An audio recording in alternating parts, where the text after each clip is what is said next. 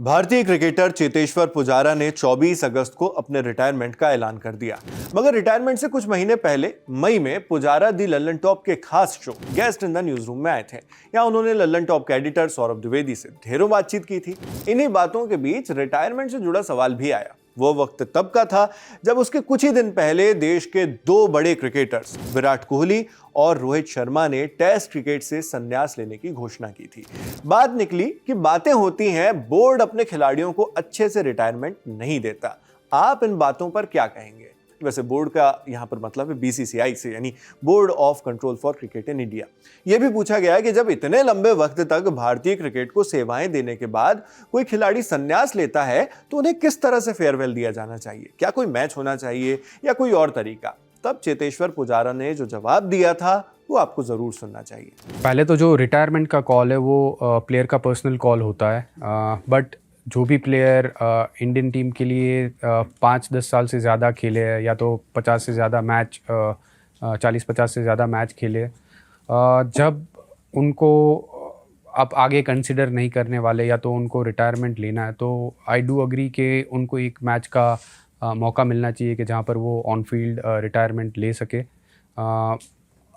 उसमें बोर्ड क्या कर सकता है वो मुझे डिटेल में, मतलब I am not the one, I am not capable enough to answer that कि बीसीसीआई इसके लिए कैसे कर सकता है। बट आई डू फील कि जो भी प्लेयर इंडियन क्रिकेट के लिए कंट्रीब्यूट किया है, कोई भी प्लेयर हो, बड़ा प्लेयर हो छोटा प्लेयर हो, बट अगर उनको एक मौका मिलता है कि फील्ड पे अगर वो रिटायरमेंट ले सके तो वो उनके लिए काफ़ी मायने रखता है।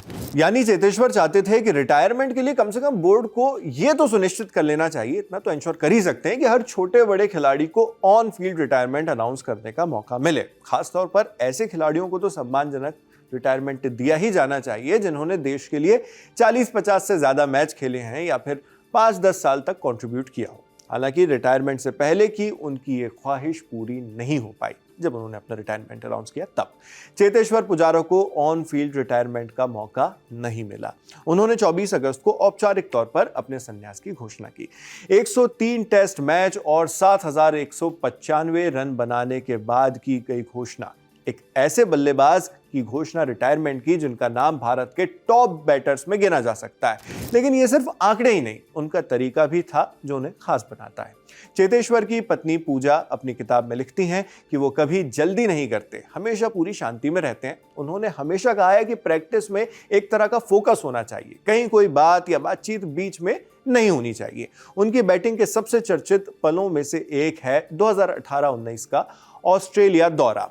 इंडिया टुडे की एक रिपोर्ट के मुताबिक तब चेतेश्वर पुजारा ने 1258 गेंदों का सामना किया था, जबकि 2021 में गाबा में चोट सहने के बाद भी पुजारा ने टीम को जीत दिलाई। राहुल द्रविड़ के बाद नंबर 3 पर खेलने में पुजारा की जिम्मेदारी बहुत बड़ी हुआ करती थी। लोग उन्हें राहुल से कंपेयर भी करते रहे हैं, लेकिन पुजारा ने कभी खुद को उनकी जगह नहीं माना। इस तरह टेस्ट क्रिकेट में चेतेश्वर पुजारा ने अपनी एक अलग पहचान बनाई। हालांकि उन्हें वनडे या T20 में ज्यादा मौके नहीं मिले, फिर भी उन्होंने टेस्ट में अपनी जगह तो हमेशा बनाए ही रखी।